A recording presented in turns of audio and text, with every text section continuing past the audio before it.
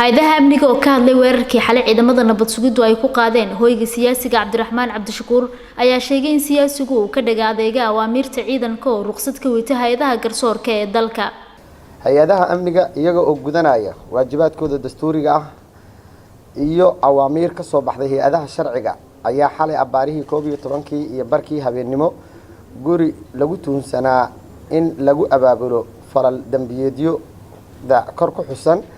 ayaa markii ay hay'adaha amniga tageen gurigaas muwaadiniintii guriga joogtay u hoggaansami waayeen awaamirtii ahayd in la baaro iyadoo la waday warqadihii ruqsadda baarista iyo horgeynta sharciga. Guriga waxaa ku sugnaa mudane Cabdiraxmaan Cabdishakuur warsame oo ahaa shakhsigii ama ruuxii ruqsadda loo soo qaatay wuxuuna si cad uga hor yimid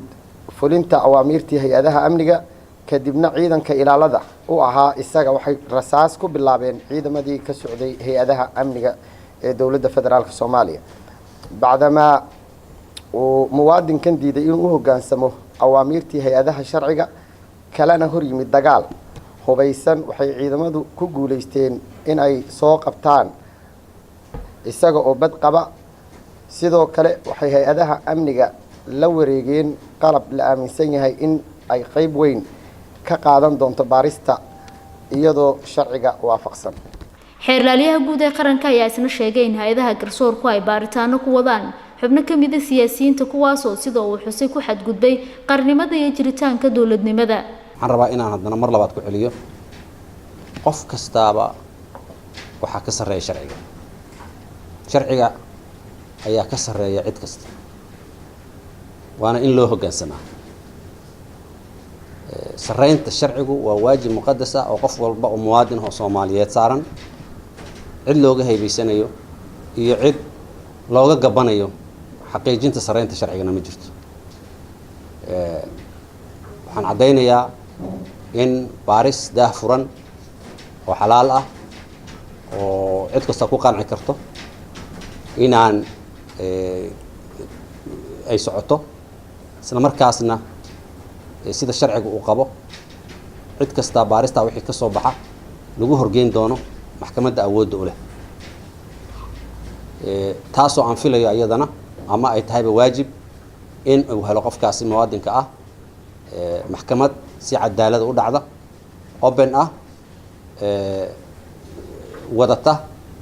kalsoonida shacabka. sidaa darteed waxaan mar labaad iyo mar saddexaad iyo mar afraad ku celinayaa in loo hoggaansamo awaamirta iyo shuruucda dalka u degsan. Maxamed Abuukar Islo wasiirka amniga gudaha oo ka digay qabsoomida shirar aysan dawladdu ogeyn ayaa ugu baaqay shacabka Soomaaliyeed inay ka fogaadaan fal kasta oo keeni kara xasilooni darro. ma la samayn karo waana mamnuuc goobaha lagu shiro ama dadka isugu tagaan qolana shir kuma qabsan karto iyadoo fasax ka haysanin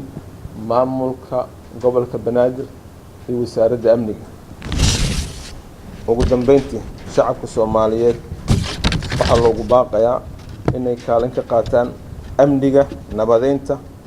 kana fogaadaan fal kasta oo keeni kara xasilooni darro siyaasadeed iyo mid amni. muwaadin kasta waxaa waajib ku ah ama waajib saaran inuu danta guud uu ka hormariyo danta gaarka ah. maalnimadii shalay ayay ahayd markii xeerlaaliyaha guud ee qaranku uu ka codsaday guddoonka baarlamaanka iyo xildhibaanada golaha shacabka in xasaanada xildhibaannimo ay kala laabtaan laba mudane oo ka tirsan baarlamaanka kuwaas oo uu ku eedeeyay abaabul qaran dumin. Nimca Maxamed Bashiir RTN magaalada Muqdisho.